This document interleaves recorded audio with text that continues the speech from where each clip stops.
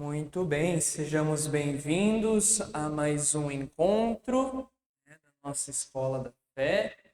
Maravilha, estamos aí perseverando, 14º encontro já deu quase uma via sacra de Escola da Fé, né? Desse jeito, muito bem, muito bem. Que bom que estamos caminhando aí neste processo, vocês que nos acompanham também. Esperamos que todos estejamos participando de alguma forma também, né? Participando no sentido de querer aprender um pouco mais sobre a nossa fé, sobre a igreja, sobre aquilo que a gente professa todas as celebrações, todas as missas e sempre que a gente reza o terço, né? Eu creio. Então, que bom é estarmos celebrando, que bom estarmos juntos para mais um encontro. Tudo bem, vamos fazer a nossa oração inicial, então? Em nome do Pai, do Filho e do Espírito Santo. Amém. Hoje o Evangelho nos mostra a oração que o Senhor Jesus ensinou aos seus discípulos e que nós até hoje nós rezamos também. Chamaram-nos Deus de Pai. Por isso, rezemos juntos. Pai nosso, que estais no céu, santificado seja o vosso nome. Venha a nós o vosso reino. Seja feita a vossa vontade, assim na terra como no céu. O pão nosso de cada dia nos dai hoje. Perdoai as nossas ofensas, assim como nós perdoamos a quem nos tem ofendido, e não os deixeis cair em tentação, mas livrai-nos do mal. Amém. Em nome do Pai, do Filho e do Espírito Santo. Amém. Bom, recapitulando então brevemente os últimos encontros que nós tivemos. Hoje a proposta é falarmos sobre três artigos do Creio, do Catecismo, da primeira parte que nós estamos vendo, para já na semana que vem, se der tudo certo hoje, né? Já na semana que vem, adentrarmos no tema do Espírito Santo. Espírito Santo. Sabemos que o Creio é dividido, né? Creio em Deus Pai, creio em Deus Filho, Jesus Cristo, creio no Espírito Santo. Então já estamos aí alguns encontros falando do Filho, né, de como que ele foi concebido, sua paixão, morte. Hoje vamos falar da sua ressurreição, ascensão e juízo final. Tudo bem. Bom, iniciamos então falando do artigo 1º, né? Creio em Deus Pai Todo-Poderoso, Criador do céu e da terra. Já falamos bastante sobre isso. Depois daí, iniciamos o creio em Jesus Cristo. E em Jesus Cristo, seu único Filho, nosso Senhor. Falamos bastante dos títulos de Jesus, bem como também as heresias, né, que acompanharam os anos da igreja, nessa dificuldade de aceitar Jesus, né, como verdadeiro Deus e verdadeiro homem, que nós professamos até hoje. Depois, o artigo 3º, Jesus Cristo foi concebido pelo poder do Espírito Santo e nasceu da Virgem Maria. Falamos aí dos dogmas marianos com o Padre Marcos. E no último encontro, falamos deste artigo 4º, Jesus Cristo padeceu sob Pôncio Pilatos, foi crucificado, morto e sepultado. Então terminamos o nosso último encontro com esta sepultura de Jesus. Jesus que está no sepulcro, que foi condenado, falamos da curiosidade de Pôncio Pilatos, que está no creio. Enfim, em resumo, no último encontro, nós falamos deste mistério pascal de Jesus. Parece que a gente sempre está chovendo no molhado, né, de dizer o mistério pascal, mistério pascal, mistério pascal.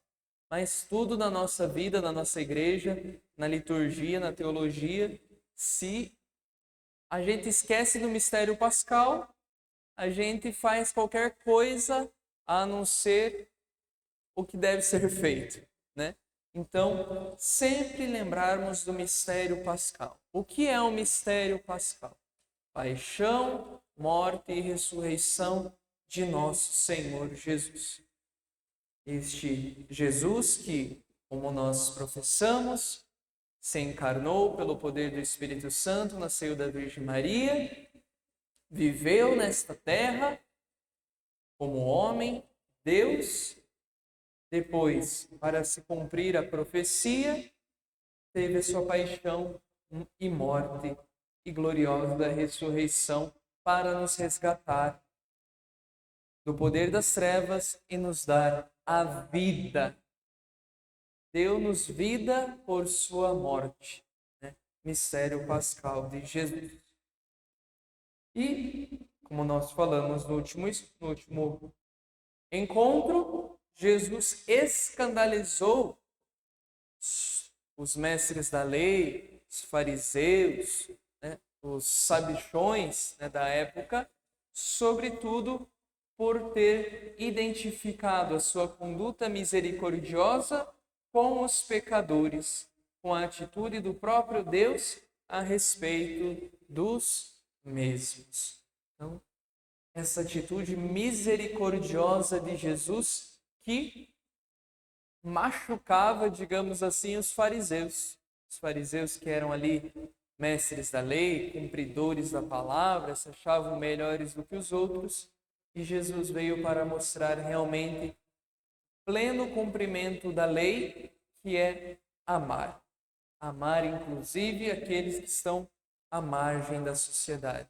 Os pecadores, as prostitutas, os cobradores de impostos, os doentes, enfim. Todos aqueles que eram deixados de lado, Jesus trouxe para perto de si. E isso não deixou o povo, os líderes, né, políticos e religiosos da época muito feliz, e o desfecho nós sabemos que foi a cruz.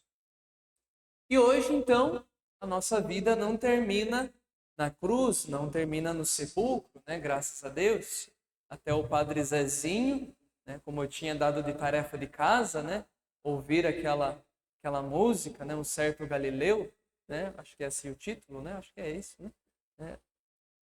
Padre Zezinho escreveu essa música, um certo dia à beira-mar, apareceu um jovem galileu, enfim.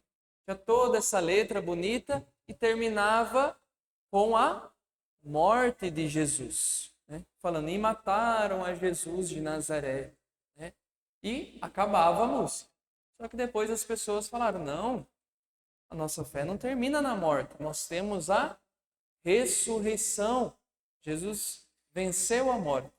E o Padre Zezinho teve bastante humildade em reconhecer e fez um adendo, né? Fez uma outra estrofe para a música, que é a parte do ressuscitado, né? Ressuscitado não morre mais.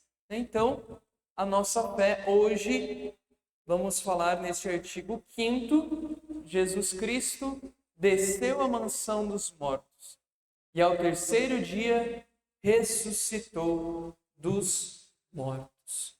Então, esse Jesus que morre na cruz, desce à mansão dos mortos e ressuscita ao terceiro dia. Então, hoje é um encontro, digamos assim, central da nossa fé, dessa ressurreição, dessa vida nova em Cristo Jesus. Bom, Jesus desceu à mansão dos mortos. Jesus desceu à mansão dos mortos. Quando nós rezamos isto no creio, parece uma coisa meio complicada. Parece uma situação um pouco inusitada. Desceu à mansão dos mortos. O que quer dizer esta mansão dos mortos? Para os judeus, né? Para os judeus, eles, durante muitos anos, foi só mais próximo do ano 300, 200 mais ou menos antes de Cristo, que alguns líderes religiosos e alguns povoados começaram a acreditar na ressurreição no último dia. Né? Muitos acreditavam, morreu, acabou. Por causa que as bênçãos de Deus eram todas derramadas aqui e agora na nossa vida.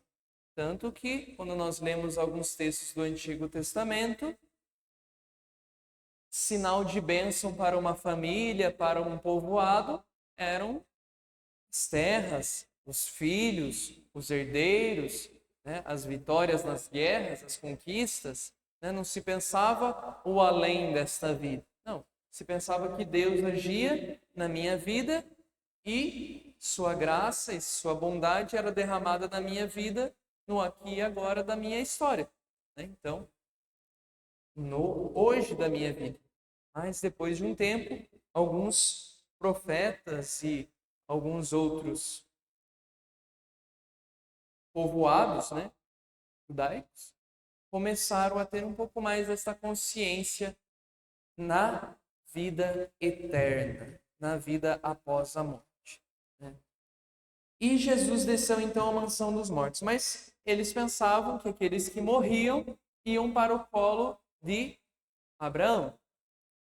Igual nós temos, né, aquela parábola, né, do jovem, do Lázaro e do rico, onde Lázaro vai para junto de Abraão e o rico vai para o inferno. Né? O que é esse inferno? É, como o próprio nome diz, inferno. Né? Inferno. Vai para baixo. Né? Vai para baixo. Né? No sentido realmente desta morte. Então, Cristo Jesus veio para resgatar aqueles que estavam na mansão dos mortos, que estavam no chamado Sheol, né? No hebraico, né? Sheol ou Hades, né? Como diz em Efésios, aquele que desceu é precisamente o mesmo que subiu. Então, Jesus desceu à mansão dos mortos. Nós cremos nisso. E quem que ele trouxe consigo, né, na mansão dos mortos? Desceu para resgatar os que lá estavam presos. Presos. Desceu para resgatar primeiramente Adão, Eva, os patriarcas, os profetas. Jesus resgatou aqueles que já estavam condenados? Não. Até porque aqueles que tinham morrido estavam esperando ainda a vinda daquele que iria julgar os vivos e os mortos. Então, eles ainda estavam esperando a vinda do Messias, a vinda do Filho de Deus. Então, lógico, é um mistério. A gente não sabe quanto tempo demorou, como é que foi. Não, esse é um mistério. Não temos, né, igual, me explica como que é o céu. Não sei como é que é o céu, né? A gente faz teorias, né? Imagina, mas não sabemos, né? Propriamente numa foto. Olha, gente, a foto do céu. Não temos como. Do mesmo modo, Jesus desceu à mansão dos mortos para resgatar aqueles que foram justos nesta terra, para aqueles que viveram a palavra de Deus, para aqueles que esperaram em Deus. Então, Jesus desceu à mansão dos mortos. Então, quer dizer que todo mundo que estava no inferno, digamos assim, todo mundo que fez coisa errada antes de Jesus, ele desceu à mansão dos mortos e trouxe todo mundo com ele. Não. Né? Aqueles que, por sua vida, por sua conduta, não abraçaram a Deus, tiveram a sua condenação ou o seu julgamento conforme a sua vida. Vamos dizer assim, nós que temos acesso à palavra de Deus, aos sacramentos, tudo quanto, o nosso julgamento vai ser um. Aquele que nunca ouviu falar em Jesus, julgamento vai ser outro. Porque se a pessoa nunca teve oportunidade de ouvir falar o nome de Jesus, como é que vai? Você acreditou em Jesus? Vai chegar no céu, né? Mas quem que era esse Jesus? Ninguém nunca me falou sobre ele. Né? Então, o julgamento vai ser diferente para estes que nunca ouviram e para nós que estamos, né, convivendo, digamos assim, com ele noite e dia. Do mesmo modo, Jesus desceu à mansão dos mortos para resgatar aqueles justos que estavam presos pelo poder da morte. Então, Jesus, com sua ressurreição, nos livrou do poder da morte. Nós temos a vida eterna em Jesus, na sua ressurreição. E aqueles que morreram antes da vinda de Jesus ainda estavam aguardando por este momento de libertação. E Jesus foi então e resgatou aqueles que estavam na mansão dos mortos. Por isso que nós professamos desta fé. Por isso, por exemplo, São José, quando morreu, será que ele foi para o céu? Não. Ainda ficou aguardando, né, a morte de Jesus, a sua paixão, morte e ressurreição, para aí sim ser resgatado com Jesus, os justos. Né? É um pouquinho estranho, mas onde é que ele ficou esperando? Né? Será que tinha um ponto de ônibus? Será que tinha uma lojinha lá? Ficar jogando um dominó enquanto não vinha o Messias? Não sei. Não sei, aí é um mistério. Né? É um mistério que a gente não consegue explicar.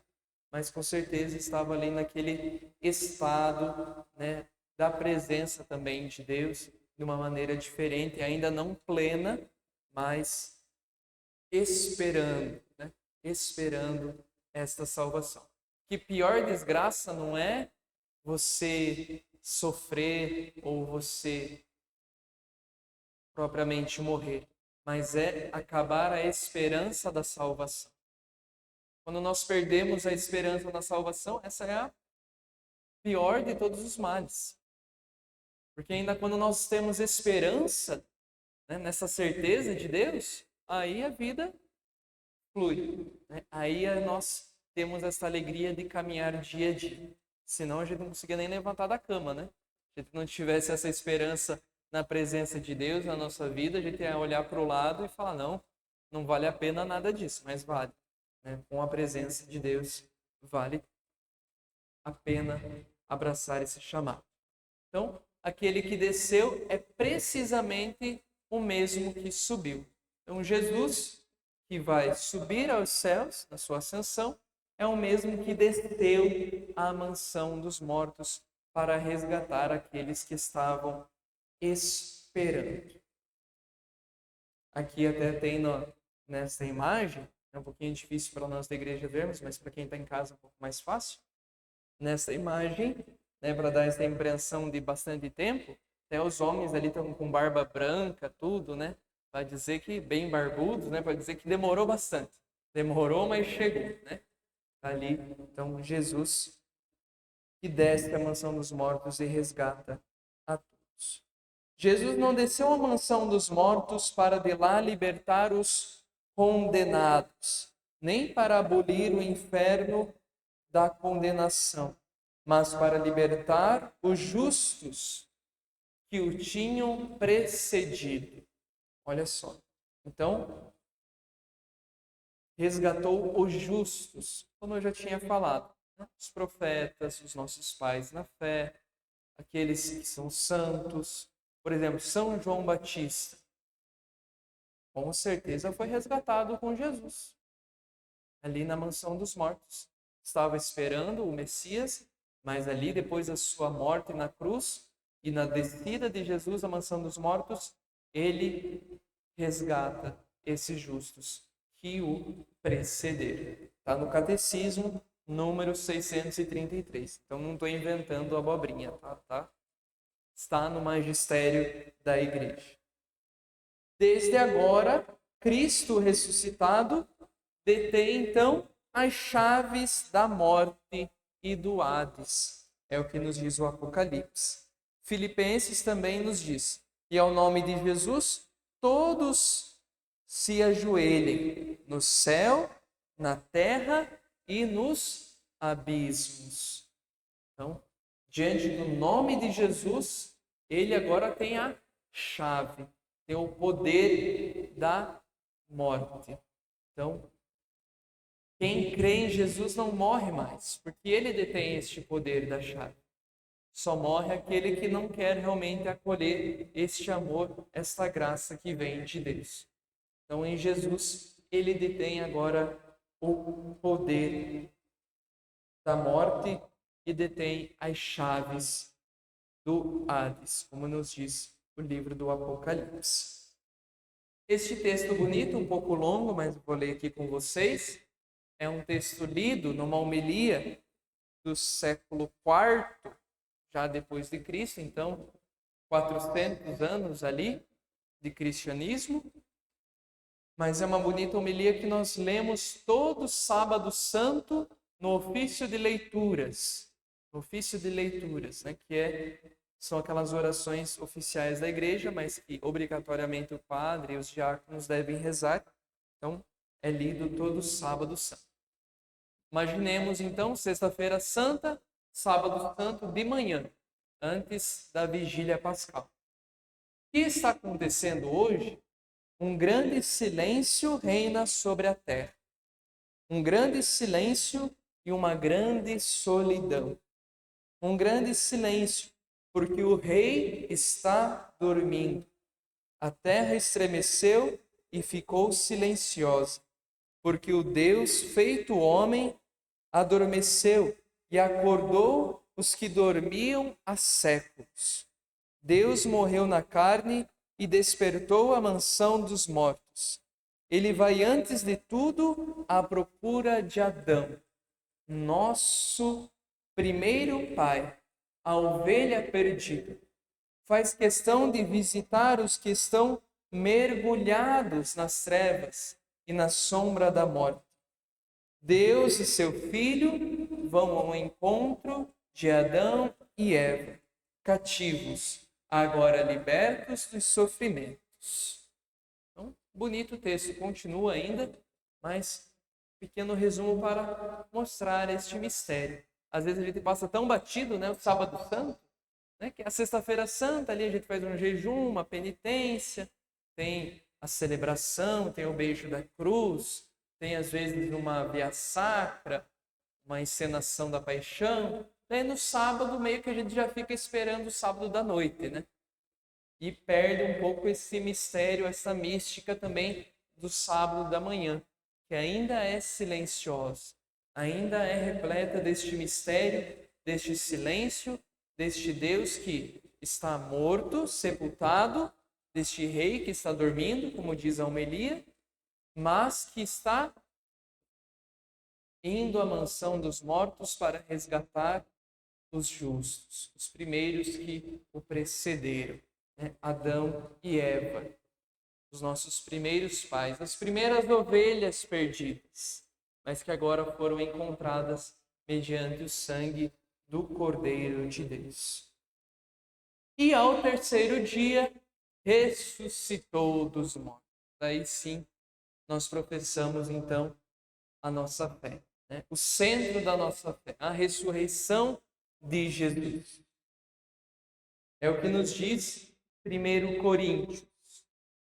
Transmitivos em primeiro lugar, o mesmo que havia recebido.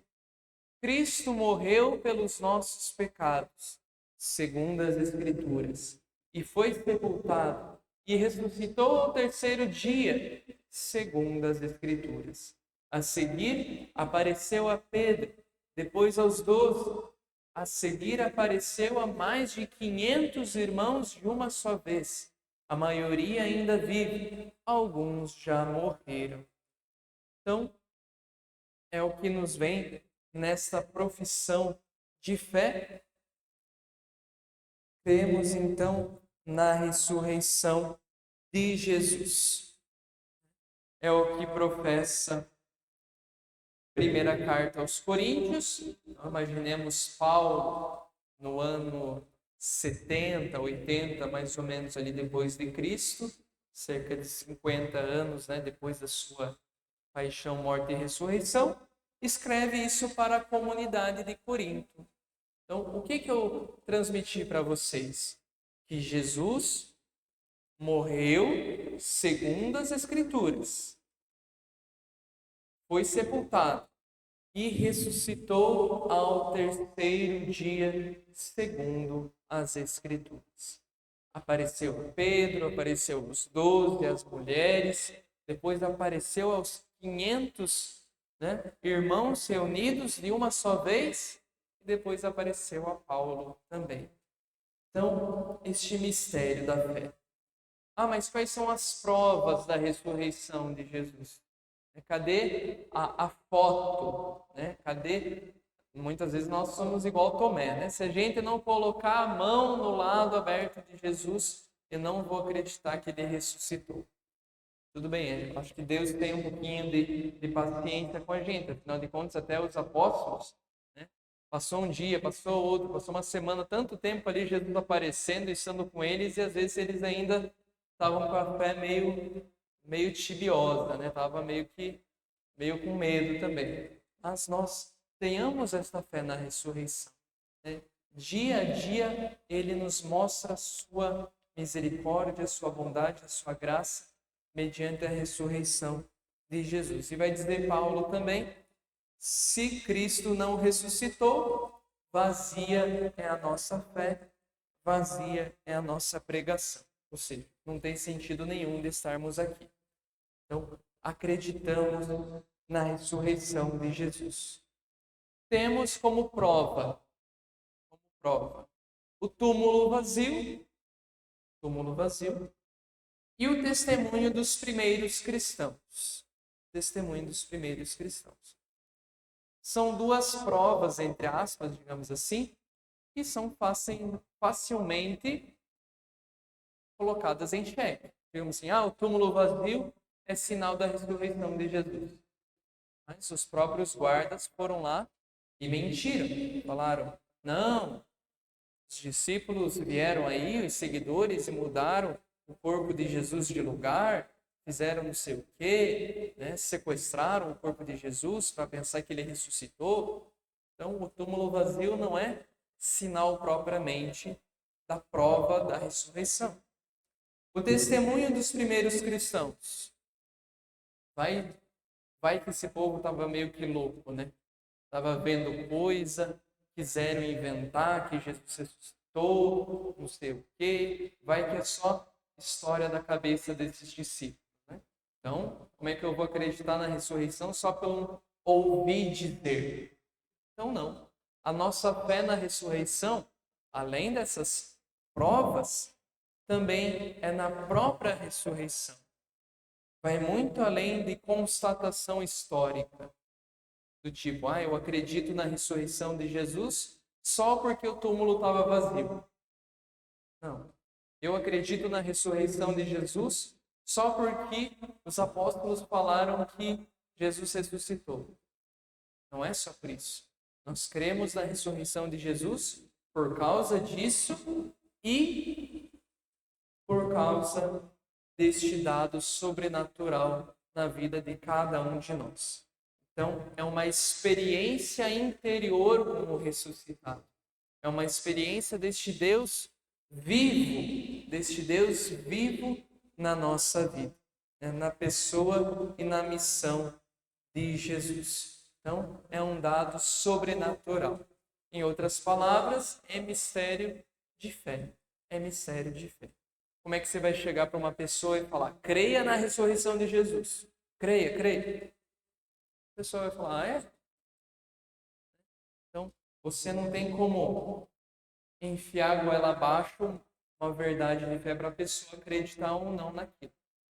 Então, é uma experiência de fé, é uma experiência com o ressuscitado. O túmulo vazio. Mas, na filosofia, a gente brincava bastante com esta parte do túmulo vazio. Por quê? Né? O túmulo estava vazio ou não estava? Estava, vamos dizer. Só que a gente diz, não estava. Não estava vazio.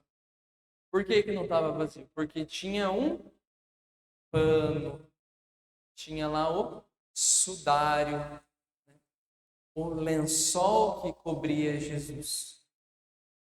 E como é que estava esse lençol? Estava dobrado. Dobrado. Então, segundo a tradição hebraica, enquanto o Senhor estava à mesa se alimentando, o servo estava atento, escondido, esperando que a refeição terminasse. Quando ele sabia que o Senhor havia terminado de se alimentar? Quando ele dobrava o lenço e deixava-o dobrado sobre a mesa, significando que eu sairei, mas voltarei. Então, uma pequena sutileza na tradição hebraica. Um lenço, um guardanapo que o Senhor dobrava e deixava no canto, quer dizer, ele vai sair, mas ele vai voltar.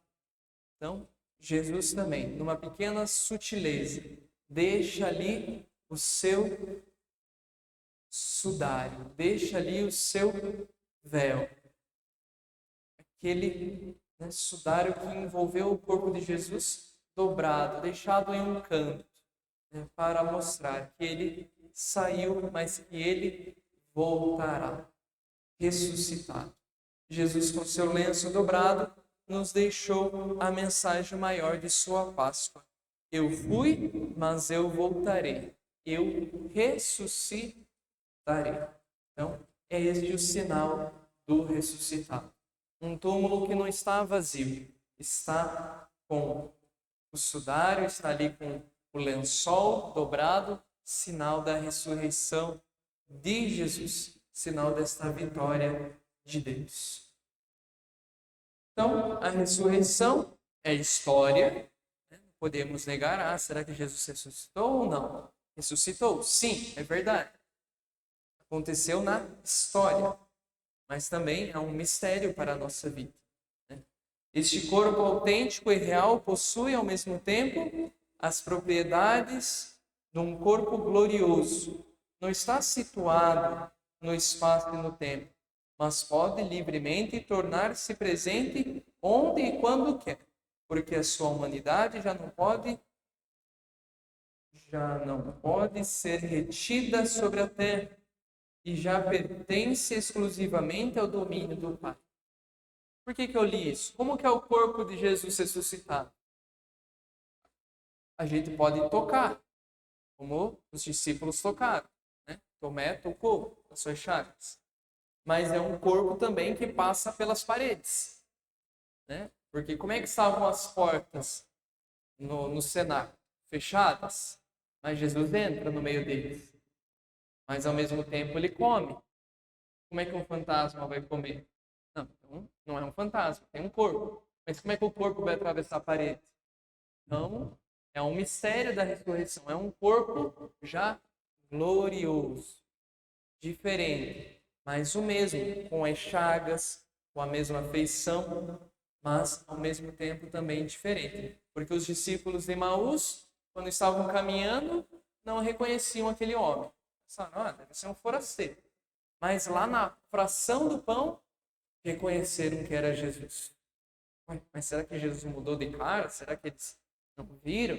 Será, não, acho que Jesus cortou a barba, estava meio diferente, então eu não reconheci. Não, então era um corpo diferente. Corpo que dava para tocar, ele se alimentava, partia o pão dos discípulos, mas era um corpo que também alguns não reconheciam, atravessava a parede. Então, é um mistério. É um mistério da nossa fé também. Como que é este corpo glorioso de Jesus? Temos alguns dados concretos, como esse que eu acabei de falar. Mas como é na prática isso, nós não sabemos. Se Cristo não ressuscitou, então a nossa pregação é vã e também é vã a nossa fé. É o que diz Paulo aos Coríntios. Então, o centro da nossa fé é a ressurreição. A ressurreição constitui, antes de mais, a confirmação de tudo quanto Cristo em pessoa fez e ensinou. Então, princípio e fonte de nossa ressurreição futura. Temos vida na vida que Jesus nos deixou por sua paixão, morte e ressurreição.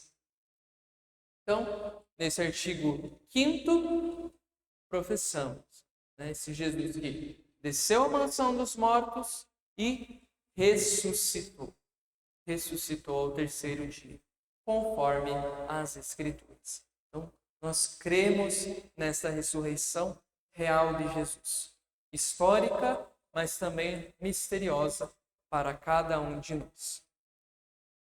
Partindo para um outro artigo 6º, Jesus subiu aos céus e está sentado à direita de Deus Pai Todo-Poderoso. Então, nós professamos também no nosso creio, na nossa fé, que Jesus, que morreu na cruz, foi sepultado, desceu à mansão dos mortos, ressuscitou e subiu aos céus. É a ascensão de Jesus, que nós celebrávamos há pouco também na nossa liturgia, há algumas semanas atrás, talvez um mês atrás, já quase, né, praticamente, mas há pouco tempo. Então, depois de 40 dias, período em que se mostrou aos apóstolos sob os traços de uma humanidade comum, que escondia sua glória de ressuscitado, como eu já disse, né, que comia, que estava com os discípulos, que se deixava ser tocado, Cristo sobe aos céus e se senta à direita do Pai. Ele é o Senhor que reina agora com a sua humanidade na glória eterna de Filho de Deus e intercede incessantemente a nosso favor junto do Pai. Envia-nos o seu Espírito e nos dá a esperança de estar com Ele um dia, tendo-nos preparado um lugar. Então, nós cremos neste Jesus que ressuscitou e subiu aos céus. Subiu aos céus. Nós lemos no Evangelho, né, que os discípulos viram Jesus subindo aos céus. Não me lembro se é no Evangelho ou Atos dos Apóstolos, uma das cartas, enfim, no Novo Testamento. Jesus subiu aos céus e os discípulos ficaram olhando. E os anjos falaram o quê? Não fiqueis olhando para ele que subiu, né? Porque esse que subiu um dia voltará, mas a missão de vocês continua aqui nessa terra também. Então, é o testemunho dos apóstolos que viram o Senhor Jesus subindo ao céu, né?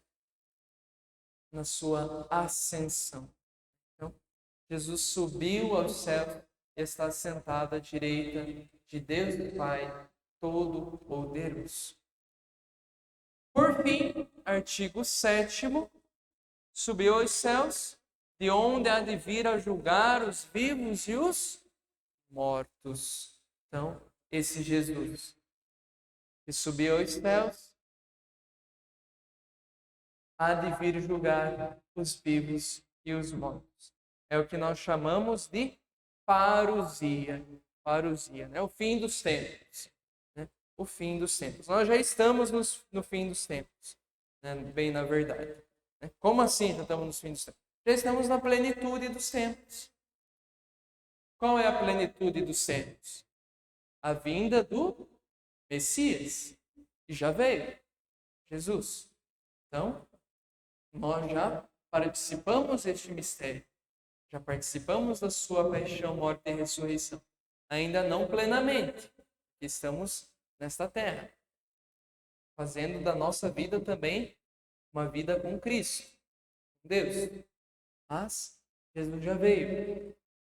Já morreu uma vez por todas. Já ressuscitou uma vez por todas.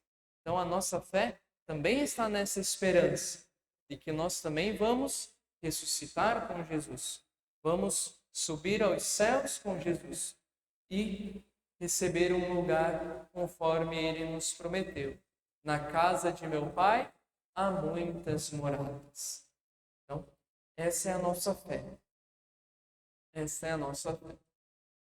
Depois da ascensão, o desígnio de Deus entrou na sua consumação. Estamos já na última hora. Estamos já na última hora. Já chegou, pois, a nós a plenitude dos tempos. A renovação do mundo já está irrevogavelmente adquirido e, de certo modo, encontra-se já realmente antecipada neste tempo. Com efeito, ainda aqui na terra, a igreja está aureolada de uma verdadeira, essa palavra não sei se está certa, aureolada de uma verdadeira, embora imperfeita, santidade. Existe. Aureolada no sentido de áurea. Né? Ou seja, a igreja já é santa neste caminho, fundada por Cristo, como nós. Mas ainda está a caminho desta santidade, né, plena. Plena. Por exemplo, vamos pegar assim. Você pega uma semente de uma árvore. Já está ali a árvore? Não. Mas tudo que a árvore vai ser, já está ali naquela semente. Por exemplo, se eu pego uma semente de abacate, será que aquela semente vai produzir mamão? Não. Então, aquela semente de abacate, por enquanto, não é uma abacateira, não é uma árvore. Mas ali naquela semente já está potencialmente colocada aquilo que ela vai ser. Né? Assim também, nós, enquanto igreja, já estamos potencialmente participando da glória de Jesus.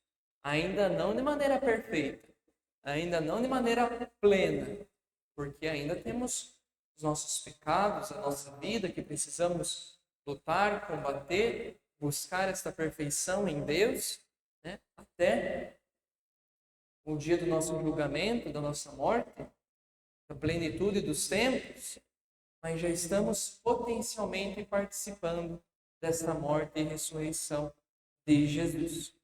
O reino de Cristo manifesta já a sua presença pelos sinais miraculosos que acompanham o seu anúncio pela igreja. É o que a gente chama na teologia do já e ainda não.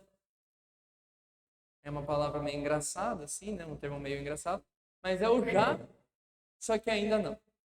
Então, nós já estamos salvos com Cristo, mas ainda não participamos disso de maneira plena, porque ainda estamos nesta terra cumprindo a nossa missão. Mas já participamos da vida de Cristo. Se não, a gente não tem nem como se aproximar aqui do altar, nem como se aproximar da palavra de Deus, da nossa vida. Então, já participamos desta vida em Cristo Jesus. Na sequência dos profetas e de João Batista, Jesus anunciou na sua pregação o juízo do último dia. Então será revelado o procedimento de cada um e o segredo dos corações. Então será condenada a incredulidade culpável que não teve em conta a graça oferecida por Deus. No final do seu ministério terreno, Jesus anunciou também este juízo final. Vai colocar de um lado os bons, né? Como ele disse, vai separar as ovelhas dos cabritos. Então, vai separar os justos dos injustos. Vai separar aqueles que agiram com misericórdia daqueles que não agiram com misericórdia. Então, o julgamento é real. Quem vai nos julgar é Jesus, né, com o cetro da sua justiça. Mas ele também intercede a Deus, Pai, para que tenha misericórdia de nós. Mas, como eu disse hoje na homilia também da celebração, como é que vai ser a misericórdia de Deus com cada um de nós? A gente sabe que é infinito, mas ele vai usar a medida com que nós, muitas vezes, também usamos a medida com cada um dos nossos irmãos. Então, se nós perdoamos bastante, Deus vai nos perdoar muito. Se nós perdoamos pouco, Deus vai nos perdoar pouco. Jesus é tipo aquele professor da escola que já deu o tema que vai cair na prova. Ela falou, gente, isso daqui ó, vai cair na prova. Estudem isso daqui que vai cair na prova. Sabe, professor? Jesus fez bem isso. E o que vai cair na prova final, né, do juízo final? Estive com sede e me deste de beber. Estive com fome e me deste de comer. Estive preso e fostes me visitar. Era estrangeiro e me recebestes em casa. Nu e me vestistes. Né? Me vestiste. Então, já foi dada a receita de bolo, digamos assim. Já foi dada as questões que vão cair na prova final. Então, vamos chegar diante de Deus e o que Ele vai nos perguntar? Você deu de beber a quem estava com sede? Deu de comer quem estava com fome? Ou seja, agiu com misericórdia? Buscou ser bondoso? Buscou ser amoroso? Amou seus amigos e, sobretudo, os inimigos? Então, já temos o que vai cair no juízo final. E não precisamos ter medo se nós estamos neste caminho. Perfeitos a gente nunca vai ser. Mas se estamos buscando fazer isso que Jesus nos recomendou, que Jesus nos deixou, Deus com certeza vê este nosso esforço e a sua misericórdia também triunfará no juízo de cada um de nós e no juízo universal. Então, hoje vimos 3 artigos, bastante coisa, bastante conteúdo, digamos assim. Mas é o centro da nossa fé. A ressurreição, ou melhor, um pouco antes. Jesus que desceu à mansão dos mortos, Jesus que ressuscitou o terceiro dia, Jesus que subiu aos céus e que de novo há de vir julgar os vivos e os mortos. Os mortos, porque aqueles que morreram ainda aguardam o seu julgamento final, e os vivos, que se tiver alguém vivo aqui ainda, né, no dia que for o último dia, né, também vai julgar aqueles que estarem aqui na terra. Né? Quando que vai ser isso? Uma vez numa igreja me perguntaram, quando é que Jesus vai voltar? Vai ser na Páscoa ou no Natal? Não sei, eu digo. Até nem Jesus sabe. Perguntaram, mas Jesus, quando é que isso vai acontecer? Jesus disse, somente o Pai sabe o dia do juízo final. Né? Nem o Filho não sabe, somente o Pai. Então, né, vigiemos, né, e aguardemos. Né? Não sentados no nosso lugar, mas com fé, agindo com caridade, amor e justiça com os nossos irmãos e irmãs. Fiquemos em pé para encerrarmos mais este encontro da Escola da Fé. Estamos quase terminando o Creio. Então vamos entrar aí semana que vem no Creio no Espírito Santo. Bonito, bonito. Vamos falar sobre a pneumatologia. Pneumatologia. Bonito, né? Nome difícil. Mas que a gente vai explicar um pouquinho no próximo encontro. Peçamos a Deus a bênção sobre a nossa noite, sobre as pessoas que estão em suas casas, para que tenhamos sempre essa coragem, nessa esperança da alegria da ressurreição de Jesus. Pedindo sempre a intercessão de Maria, ela que primeiro acreditou também na ressurreição, primeiro viu seu Filho nesta glória.